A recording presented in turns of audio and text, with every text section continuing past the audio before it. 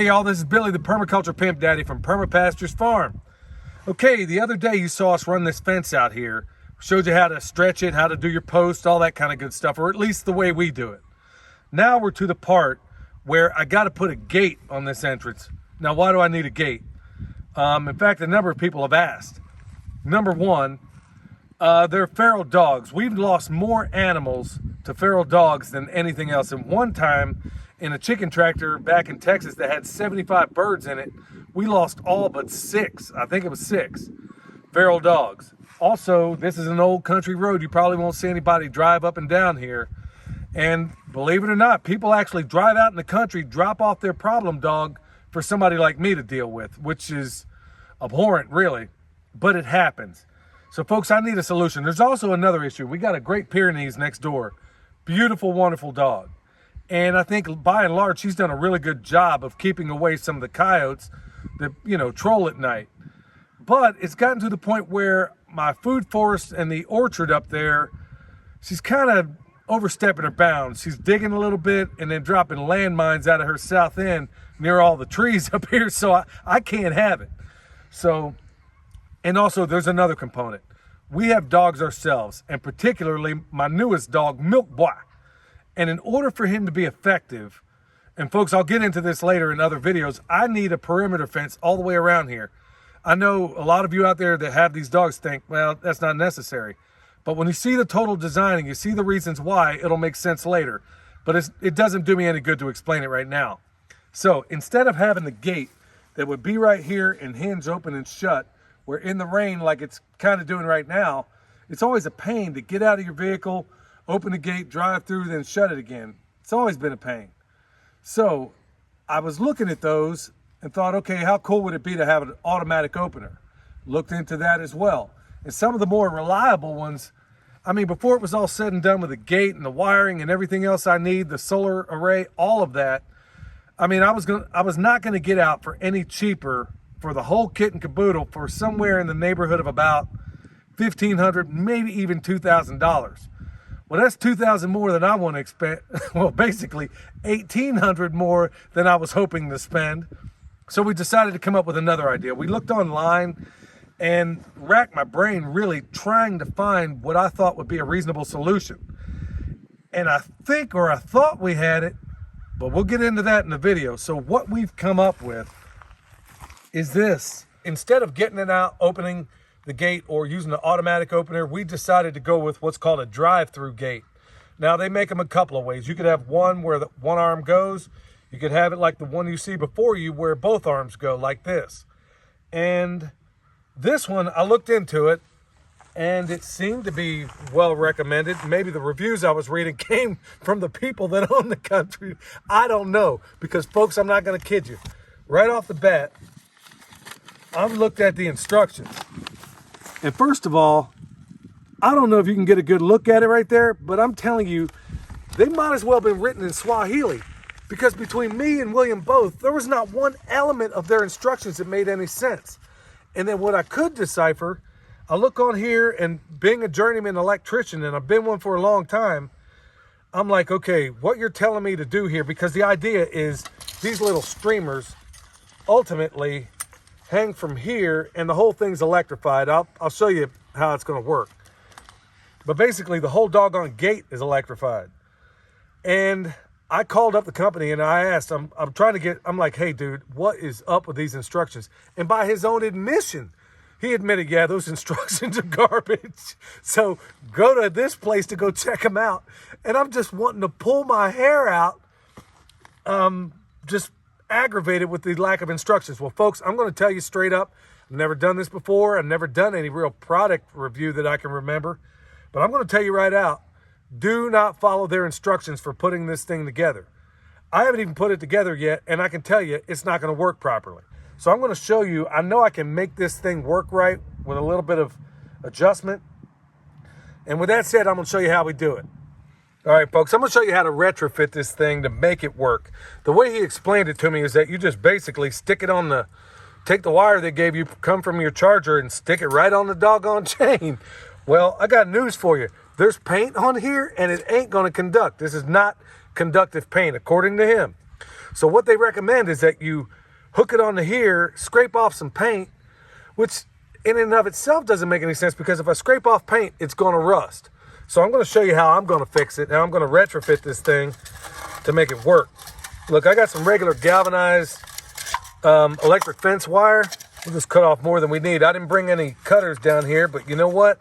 My everyday carry, part of it is this handy dandy Leatherman, and this requires no instructions. So I'm just going to cut off a length about yay far. And like I said, going through this chain is a fool's errand. And plus, it doesn't make any sense. But these eyelets here, it's the same thing. I'm supposed to scrape off. I'm not going to do that. All I'm going to do is run this galvanized wire. If I don't poke out an eye first, I'm going to run this galvanized wire through here. I'm going to loop it back and forth. I got that in there. We're all ready to go. Now, folks, I will say, these are the retrofits that I'm doing. You can do whatever you want. But at the end of the day, I would kind of like for this thing to work. So this part, this is going to have the electrified streamers in it. And I'll be honest with you, I'm a little bit concerned about this. We'll see if it works. I'll test it and find out. But I have my concerns about it also when I spoke to the technician on the phone. Now, one cool feature, like I said, this thing isn't all bad. There's some poor conception in some of this design, but it can be fixed, and I think it'll work. I hope it'll work. Well, anyway, this thing telescopes to adjust. You know, it's going to sit on like so. And there's a little bolt here, and it runs the inside of this, telescopes all the way to the inside. And I can push this thing out to as far as I would need it. But I'm going to need it at the minimum length. So where it is, I'm going to go ahead and tighten it up. I didn't bring any, it looks like a 1/2-inch wrench I'd need, but you know what? I'm just going to dry fit everything for now. So I'm just going to go ahead and tighten this up a little bit with the channel locks. And this is going to fit in here like so. There's a cotter pin that goes through this, into this, and then out the other side. And to get all that lined up is going to take a minute. In order to make this streamer, you got this piece of metal that essentially, it's like a trunk line. It goes all the way down through there. And these yellow streamers are attached. Well, the way they tell you in the instructions is basically take this, attach it to this. This whole wire that I installed in here doesn't even exist in their instructions. And to expect this thing to maintain good contact is not going to happen. So what I'm going to do is, it is exposed. It's not going to look pretty. And that's another thing that kind of bugs me about this. So all I'm going to do is make a loop here. And I'm going to connect the two. Now, one of the designs that they recommend with this, and I think it's a good one, is that they're recommending that you don't attach this thing too awful tight. Basically, if you get into a position, this thing hooks into here, and that's pretty much the only thing holding this portion to this portion. So if, let's say, a vehicle or a motorcycle or anything else, I don't know, got caught onto it, that it'll pull away, which is actually, in all honesty, despite the frustration of dealing with this thing, I think is a good idea. I really do. But we'll just see if I think the same way. We'll just see if I'm saying a different tune when this is all said and done. So anyway, this is on there like so. Doesn't look pretty, but it's going to work. So I'm going to go ahead and join the two in such a way like so. I'm not even going to get fancy with it, because I'm going to come back later. If it doesn't work, I'm going to send this thing back anyway. So right there is it in a nutshell. Now, we're going to bolt this thing up. We're just going to dry fit it. We're going to take some clamps and kind of hold it onto the fence over here, and then maybe do the other side. Also, there are stainless, this metal wire I put in here is going to make sense here in a minute, because there are stainless streamers that they have that you add to these eyelets here that come down like so, whereas these have some sort of mesh conductive surface in there. These are straight up streamers. In fact, they're the very same gauge as this number 14 wire. It may be actually number 12 that they have in there, but it's all the same. I'm going to show you how we retrofit that too, and try to make it make sense.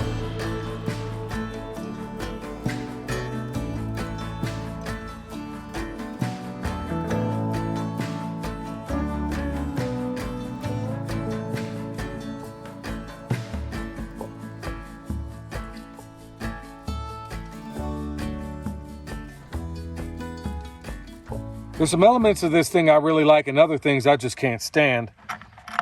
These are the screws they basically gave us to attach this to the post. And, you know, I'd prefer to go with something a little wider, something that's going to hold it on a little bit better. And you got to make sure, this is critical, folks, very critical. Because let's just say this whole thing, by their design, this entire arm is supposed to be electrified. And it might be. I mean, when it's all said and done, maybe they did put electrified paint on there. I don't know. But they say, I mean, I'm not even going to play around. Where I have this woven wire, you want to make absolutely sure that woven wire is not touching this or any other metal that may be protruding from your wood. Otherwise, then you're going to be wondering why you're bleeding off all your power to from your charger. So like I said, they sent these. I'm going to go with these deck screws, and it's going to want to shake on me a little bit, but let's just see how it goes.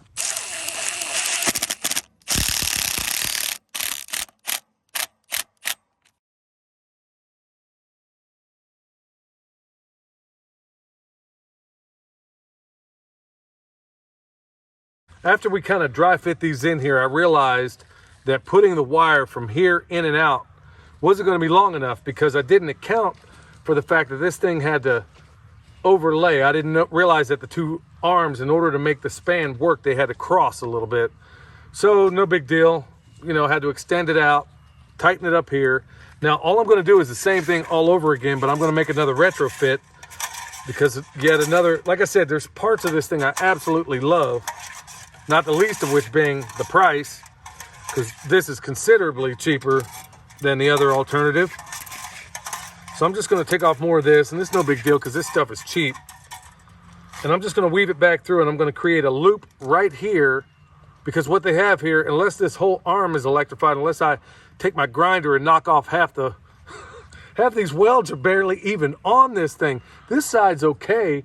That side right there is barely hanging anyway, so I'm glad. Well, I'm not glad, but I do have to retrofit this thing one way or another. There's no getting around it. So I'm going to go ahead, and as I bring it through, I'll show you the loops I'm going to have to make in order to make this thing work the way it should. I'm trying to make this thing look less ugly at this point, but I kind of need it. So what I'm going to do is nothing more than I'm going to make sure it's kind of secure on this end. So I'm going to make something of a twisted 4-point saddle with this thing. I'm just going to bend it like so. And if I had a set of clines, I'd do this a little bit better, but essentially I'm just going to twist it. Just like so. Not pretty, a little bit ratty for my liking, but it is what it is. I'm going to do the same thing right over here, because I think, yeah, the running, it's about 6 inches between each one. So I'm going to do essentially the same thing here. So I'm just going to do the same thing all over again. I got me a little loop here. I'm going to make another one just like so.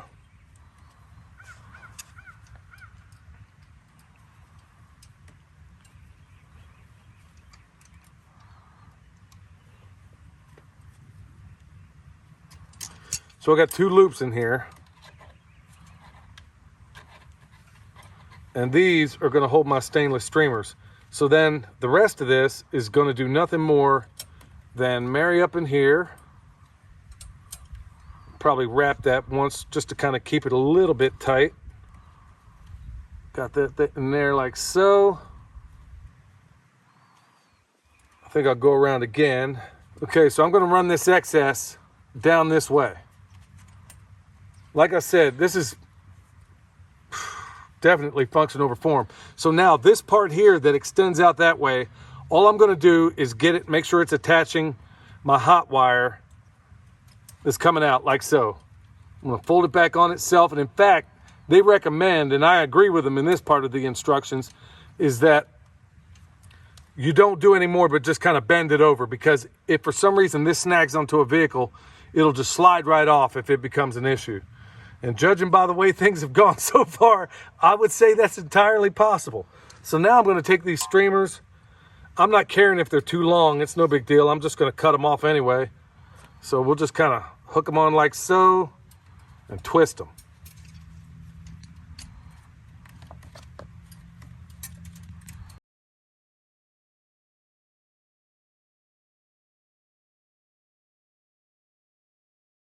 Folks, I ain't gonna kid you.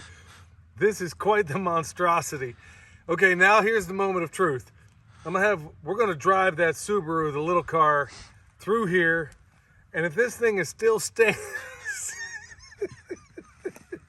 if this thing is still standing after we roll it through a couple of times, I guess we'll try to put some power on it. They describe in the instructions that if you have one gate and it needs to connect up with the other, they provide this direct burial line.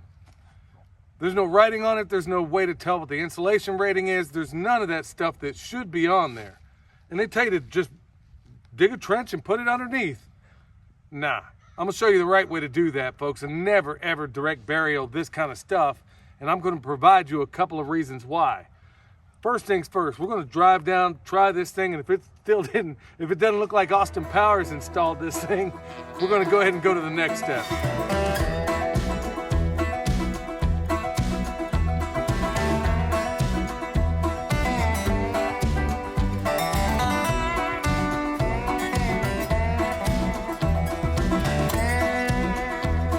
All right, next up, and you'll see in this hole I didn't backfill it yet, and there was a reason for that. And as good measure, you should do this anyway. If you have if I need any raceway, underground, I'm gonna put it in here, and I'm gonna come out with rigid pipe, and then I'm gonna put a box there.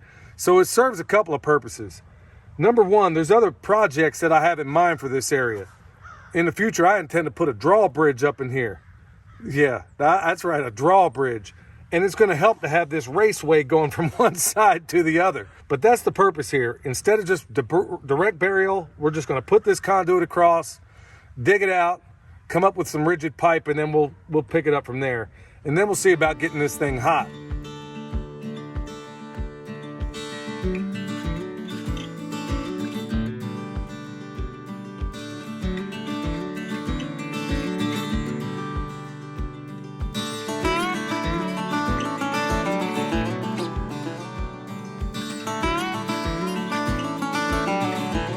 All right, so here we are the following day, and good thing too, I had to run in town and get a few more things, and here it is the afternoon of the following day, which is all good because if I didn't get a haircut, people are going to start to think that I was Chaka from Land of the Lost.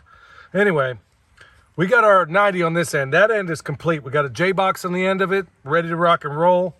This end, we're going to have to go up because for some reason, folks, you can't find any threaded nipples, that's what it's called, at all. Not at Lowe's, Home Depot, maybe one of the hardcore electrical supply houses, possibly, but I can't find any. So we're gonna have to go up there. I got a 10-foot stick, a 3/4 inch rigid. So we're gonna cut and thread it, and then we'll come back down and put it on.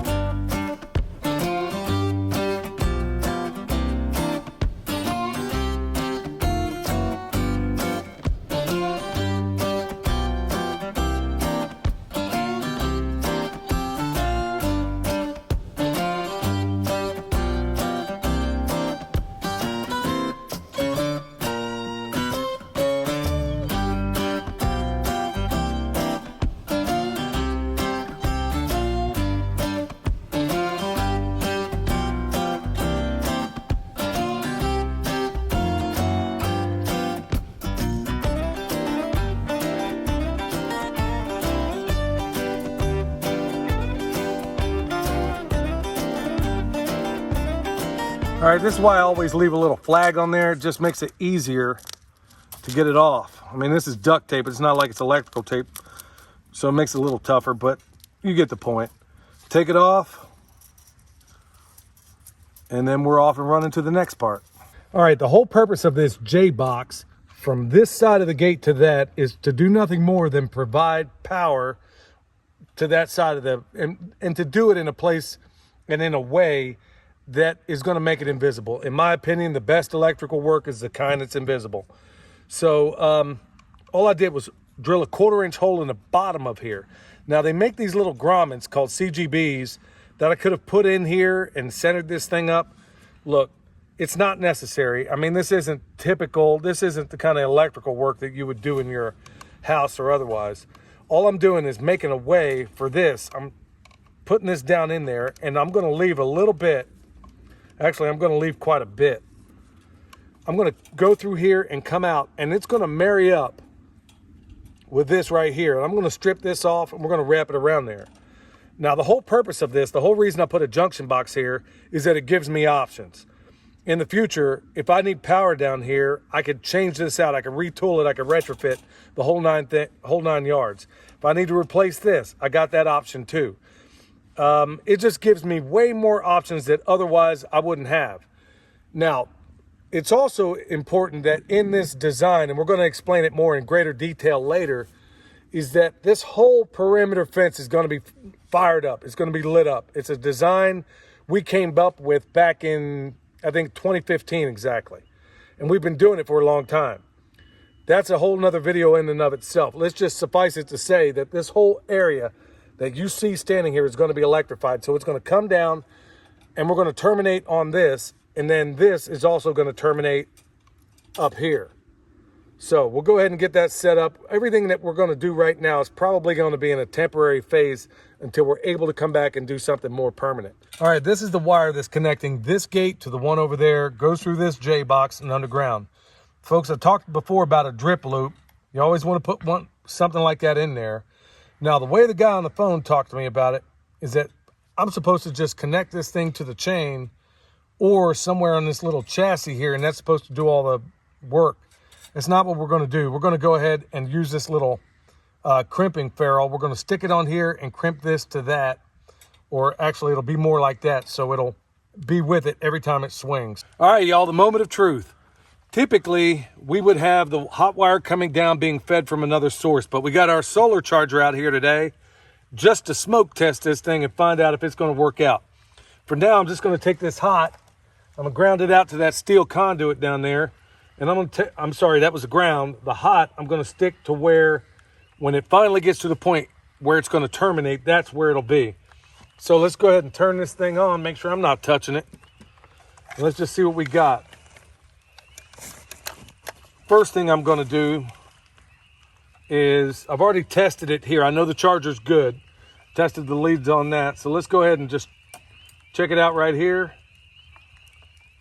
6,000 volts. That is very impressive. Okay, now the part that concerns me are these little yellow streamers. I mean, for crying out loud, look at this gate. We got 3 different colors here: orange, green, and yellow. It's like somebody was inspired by Dr. Seuss. Okay, let's try it here. Yeah, 6,000 volts. That's still pretty darn impressive. And I was worried about how those things would perform. So here we are, folks. We got a pretty ugly fence.